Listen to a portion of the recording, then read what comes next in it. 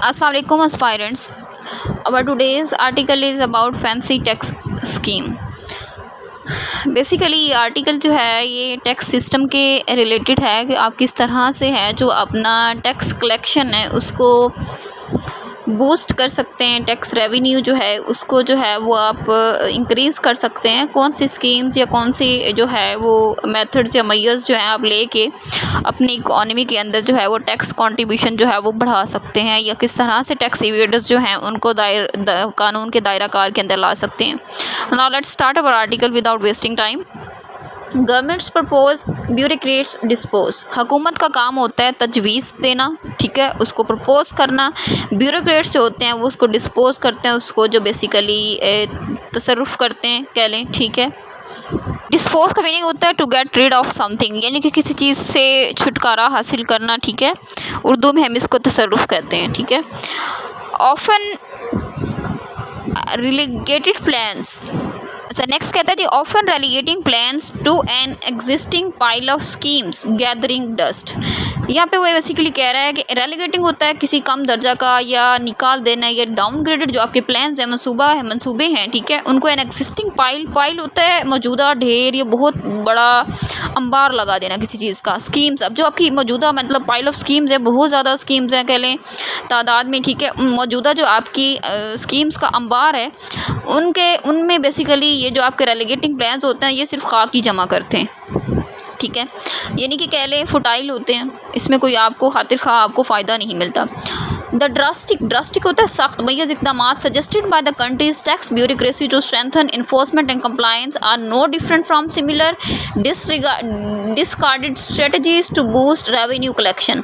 Basically जो आपके सख्त इक़दाम हैं suggested by the country's tax bureaucracy, आपकी जो मुल्क की टैक्स ब्यूरोक्रेसी है वो जी जो आपको देती है सजेशंस टू स्ट्रेंथन, मजबूत करने के लिए। इन्फोर्समेंट होता है नफाज करना, किसी चीज़ को अमल में ले आना, यानी कि उसको जो है एक्ट करवाना।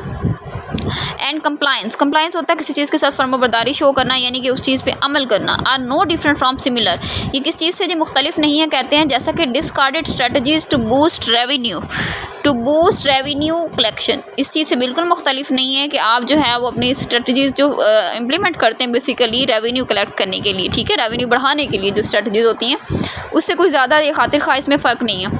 तो बिगिन विद, इसके साथ शुरू होने से The new tax enforcement mechanism goes against the very objective of broadening the tax net। आपकी जो नई स्कीम, जो नया बेसिकली टैक्स इन्फोर्समेंट का मैकेनिज्म है वो किस चीज़ के खिलाफ जा रहा है जी? वो जा रहा है जी आपके मौजूदा जो वेरी ऑब्जेक्टिव है ब्रॉडनिंग द टैक्स नेट को वसी करने के खिलाफ बिल्कुल है। एंड डॉक्यूमेंटिंग द इकॉनमी, और अपनी इकॉनमी को डॉक्यूमेंटाइज करना या उसको दस्तावेज़ात के अंदर रखना इस चीज़ की बिल्कुल बरक्स है। एज इट इज़ स्क्यूजिंग होता है निचोड़ना। मिडिल क्लास टैक्स पेयर्स, ये सिर्फ मिडिल क्लास जो है आपका दरमियाना तबका जो है उसका खून निचोड़ रहा है जी, ठीक है, जो टैक्स ऑलरेडी पे कर रहे हैं। Further while letting tax evaders off the hook, जबकि मजीद जो है आपके टैक्स इवेडर जो टैक्स पे ही नहीं करते उनको मजीद जो है खुली छूट दे रहा है, उनके दरमियान जो है वो गुंजाइश मजीद बढ़ा रहा है। दैट इज़ नॉट सरप्राइजिंग, ये हैरान कुन नहीं है। Since the new mayors perpetuates a tax policy, जबकि नए इक़दाम जो हैं परपिचुएट्स का मीनिंग होता है बेसिकली बरकरार रखना, कंटिन्यू करना। टैक्स पॉलिसी जो है that burdens compliant tax payer, वो मजीद जो है जो टैक्स कंप्लाइंट टैक्स पेयर से मुराद वो है जो लोग ऑलरेडी टैक्स पे कर रहे हैं, ठीक है, यानी कि टैक्स उनको फुलफ़िल करते हैं, उसके जो भी उन पे इम्पोज होते हैं गवर्नमेंट की तरफ से उनको पे करते हैं, उनको मज़ीद बर्डनाइज, उनको मज़ीद उन पे बोझ डाल रही हैं, ठीक है। Instead of bringing tax evaders into net, बजाय इसके कि जो लोग टैक्स नहीं दे रहे, टैक्स से बच रहे हैं, इज्तनाब करें, उनको टैक्स नेट के अंदर ले आएँ। द इन्फोर्समेंट स्कीम, ये जो इन्फोर्समेंट स्कीम है basically approved by the prime minister साहब ने अप्रूव किया। स्टॉप दोस, रोकती है उनको who don't pay their income tax from purchasing assets such as cars, immovable property and financial instruments and from opening bank accounts. अच्छा, किन लोगों को बेसिकली ये रोक रही है? जो आपकी इंप्रूवमेंट स्कीम जो इंट्रोड्यूस हुई है प्राइम मिनिस्टर साहब ने साइन की है, इमूवेबल प्रॉपर्टी, ठीक है, फाइनेंशियल इंस्ट्रूमेंट्स जितने भी आपके कार्स को परचेज करने में या आपका बैंक अकाउंट ओपन करने से उन लोगों को रोक रही है जो टैक्स पे नहीं करते। However, it does not propose any step to abolish the category of non-filers। अच्छा, इस स्कीम जो इन्फोर्समेंट स्कीम जो नहीं इंट्रोड्यूस हुई है इसके अंदर कोई ऐसा तरीकाकार ही नहीं है, कह लें कोई स्टेप ही नहीं है कि ये जो है आपके नॉन फाइलर्स की कैटेगरी को ख़त्म कर सके। अबॉलिश होता है ख़त्म करना, कि जो नॉन फाइलर्स हैं यानी कि जिन्होंने अपने डॉक्यूमेंटाइज ही नहीं करवाए अपने जो है कारोबार को, बिजनेसेस को, या जो भी उनका सोर्स ऑफ इनकम है उसको, तो उस चीज़ को अबॉलिश करने के लिए कोई हमारे पास स्टेप नहीं है इसके अंदर। That exist only in Pakistan, जो कि सिर्फ पाकिस्तान में मौजूद है। लाइक वाइज इसी तरह FBR proposes penalising unregistered and non compliant businesses.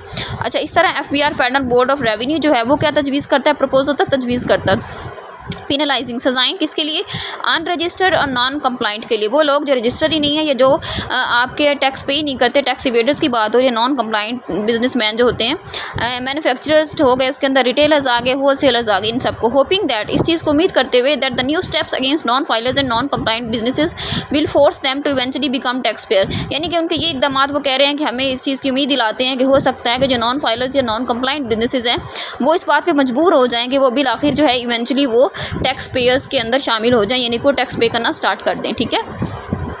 The scheme divides active tax payers into 2 district classes. अच्छा, ये जो स्कीम है ना, इन्फोर्समेंट स्कीम, इसमें दो टैक्स जो एक्टिव टैक्स पेयर्स हैं उनको 2 तरह की क्लासेस के अंदर डिवाइड किया गया है। Those who declare their annual income as less than 10 million rupees, वो लोग, एक कैटेगरी वो है जिसमें वो लोग जिनकी इनकम 10 मिलियन रुपीज़ से जो है वो कम है। And those who report an income above this threshold, जो इस थ्रेशोल्ड होता है, इस लिमिट से कह लें, या इस एज से, या इस ब्रिंक से, बेसिकली इस कैटेगरी से जो है वो ज़्यादा जो है वो रिपोर्ट करते हैं। ठीक है, दूसरी कैटेगरी उन लोगों की है। The propose tax enforcement and compliance project assumes, basically जो प्रपोज आपका टैक्स इन्फोर्समेंट का या कंप्लायंस का प्रोजेक्ट है वो ये फ़र्ज़ किया गया है विदाउट एनी एविडेंस, तो बगैर किसी शवायद के, अगरचे that every tax payer falling in this first category, कि हर टैक्स पेयर जो है वो किस कैटेगरी में फॉल करे जी, फर्स्ट कैटेगरी, जिसमें लोगों की इनकम जो है एनुअली वो लेस दैन 10 मिलियन रुपीज़ है।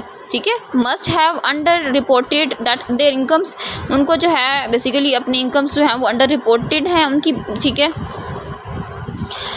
उनकी होनी चाहिए, बल्कि must have under reported their incomes, उनके जो है वो अंडर रिपोर्टेड इनकम्स होनी चाहिए। And should be treated as tax thieves, और उनको किस तरह से ट्रीट किया जाए जी, वो टैक्स थीव्स, टैक्स चोरों की तरह उनको ट्रीट किया जाए, करना चाहिए। एंड एज एट पर with those who don't file there tax, वो लोग जो अब टैक्स फाइल्स ही नहीं अपनी बेसिकली जो है कह ले बिज़नेस को फाइल ही नहीं नॉन फाइल रखे हुए हैं अभी तक, जिन्होंने अपना उसको डॉक्यूमेंटाइज नहीं करवाया, thus they are also liable, liable होता है ज़िम्मेदार है। ठीक है, रिस्पॉन्सिबल है to face the same restrictions, उन पे भी ऐसी पाबंदियाँ लगानी चाहिए। With they go shopping for cars, जब वो कार्स के ऊपर शॉपिंग, कार्स पर शॉपिंग के लिए जाते हैं, मतलब कार्स को ख़रीदने जाते हैं।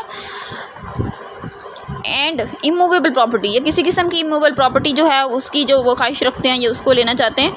And invest their money in financial instrument, किसी भी फाइनेंशियल इंस्ट्रूमेंट के अंदर जब वो अपना रकम जो है वो इन्वेस्ट करते हैं, unless they can explain their source of income, जब तक वो अपना सोर्स ऑफ इनकम जो है या अपनी आमदनी का ज़रिया उसकी वजाहत नहीं दे सकते, मतलब जब तक नहीं देंगे तब तक उनको जो है वो इस तरह की रिस्ट्रिक्शंस का सामना करना पड़ेगा। ठीक है। दे नेवरदलेस, वो तहम नहीं जी हैं, और allowed to maintain bank accounts, उनको बैंक अकाउंट्स भी रखने की इजाज़त नहीं है। अच्छा सॉरी, दे नेवरदलेस, ताहम जी उन्हें are allowed to maintain bank accounts. However no questions will be asked of those who declare an income that is greater than 10 million. अच्छा, उनसे कोई सवाल नहीं है जिनकी आमदन जो है वो दूसरी कैटेगरी से जो बिलोंग करते हैं, दूसरी क्लास से बिलोंग करते हैं, जिनकी आमदन 10 मिलियन रुपीज़ से ज़्यादा। ठीक है। For them everything will be kosher, तो उनके लिए हर चीज़ जो है वो कॉशर होगी। मोर ओवर इम्पॉर्टेंटली, सबसे अहम जो है जी, the mechanism increase the discretionary का मीनिंग होता है बेसिकली सवाबदीदी पर मबनी, यानी कि अनरिस्ट्रिक्टेड फ्लेक्सिबल, जिसके अंदर कोई आपको बैरियर से कुछ रुकावटों का सामना ना करना पड़े, बहुत ही कह लें नॉर्मल सा आपके लिए है। Powers of Taxmann and opens new Avenue of corruption for them, उनके लिए जी वो नए जो है रास्ते खोल देते हैं करप्शन के। ठीक है।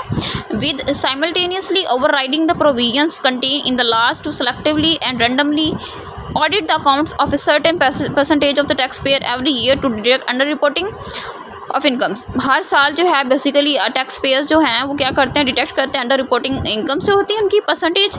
ठीक है। रैंडमली उनका ऑडिट होना चाहिए जी। ठीक है। इसके अंदर साइमल्टेनियसली वो कहता है एक ही वक्त में। नेक्स्ट है जी आपके पास similarly the tax laws also provide for punitive actions. Tax laws जो हैं उनमें क्या प्रोवाइड करना चाहिए, जो प्यूनिटिव एक्शंस, प्यूनिटिव होता है इंसिबाती या डिसिप्लिनरी। ठीक है। करेक्टिव यानी कि बेहतरीन जो इकदाम हैं, एक्शंस हैं against those who under declare there income, जो अपनी आमदन कम शो करते हैं, अंडर डिक्लेयर करते हैं, ठीक है। In their annual tax statements, अपनी सालाना जो उनकी टैक्स स्टेटमेंट्स होती है उसके अंदर, और नॉट पे टैक्सेस, और टैक्स पे ही नहीं करते एट ऑल कभी भी।